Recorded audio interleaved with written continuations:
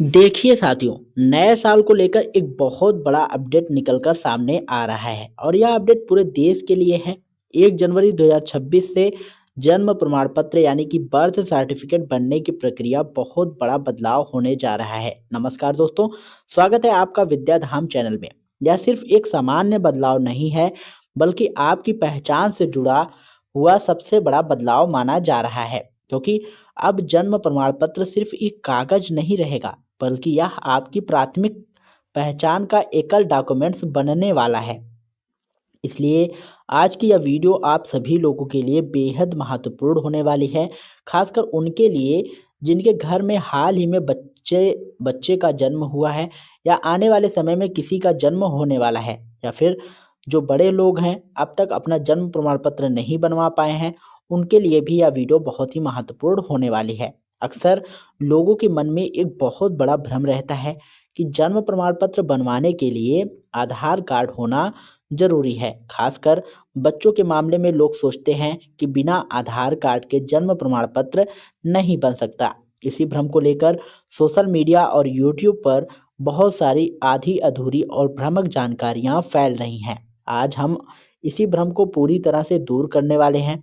1 जनवरी 2026 से सरकार जन्म और मृत्यु पंजीकरण संशोधन अधिनियम को और अधिक सख्त बनाने जा रही है।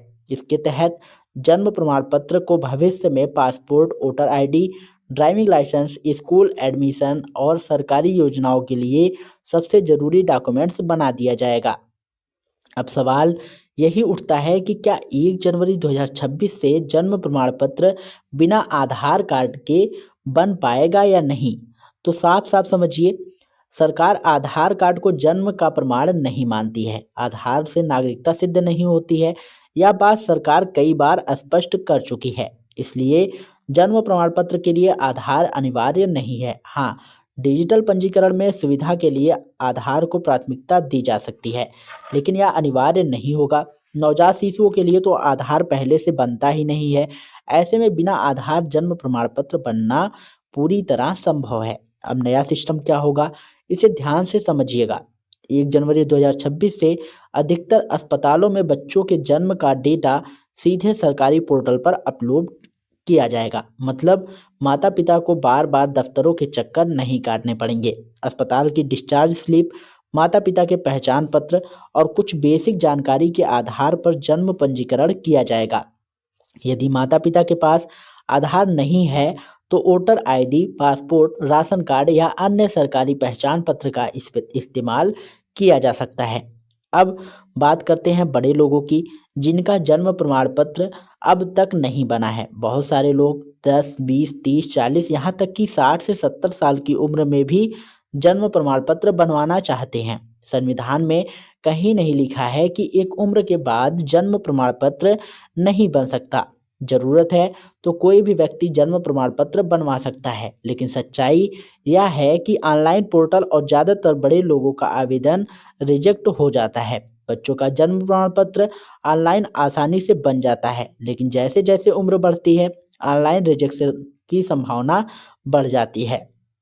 इसलिए यदि आप बड़े हैं और जन्म प्रमाण पत्र बनवाना चाहते हैं तो आपको ऑफलाइन प्रक्रिया अपनानी होगी। इसके लिए सबसे पहले आपको अपने ज़िले के कोर्ट परिसर में जाना होगा और वहां एक वकील के माध्यम से शपथ पत्र यानी कि आपको एक एफिडेविट बनवाना होगा।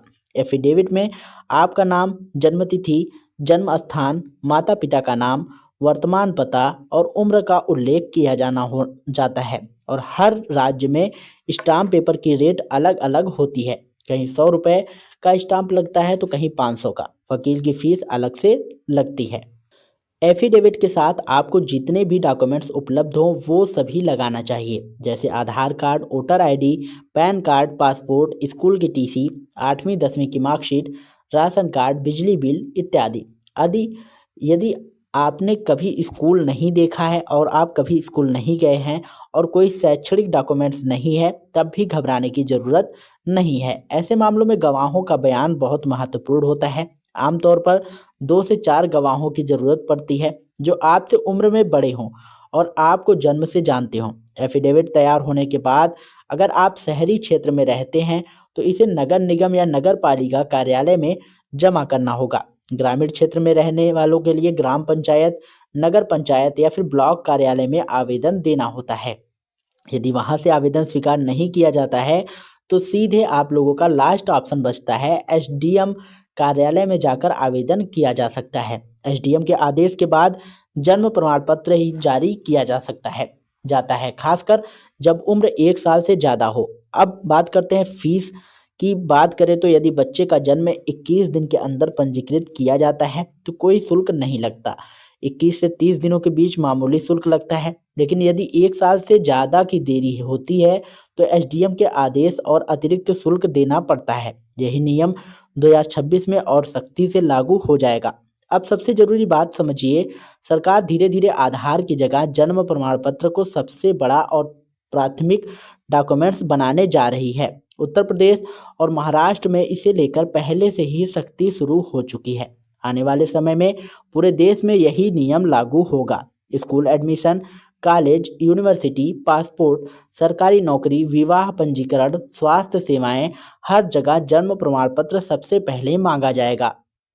इसलिए अगर आपके पास अब तक जन्म प्रमाण पत्र नहीं है तो इसे हल्के में मत लीजिए। 2026 और उसके बाद नियम और सख्त होने वाले हैं। अभी मौका है, सही प्रक्रिया अपनाइए, सही डॉक्यूमेंट्स तैयार रखिए और समय रहते अपना और अपने बच्चों का जन्म प्रमाण पत्र जरूर बनवा लीजिए।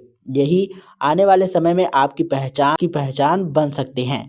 तो दोस्तों, आशा करता हूँ ये वीडियो आप लोगों को पसंद आया होगा। अगर वीडियो पसंद आया हो तो वीडियो को लाइक करिएगा, शेयर करिएगा और यदि चैनल पर पहली बार आए हो ना तो चैनल को सब्सक्राइब करके बेल आइकन जरूर दबाइएगा और अधिक दबाइएगा। मिलते हैं नई वीडियो में नई अपडेट के साथ, तब तक के लिए जय हिंद, जय भारत।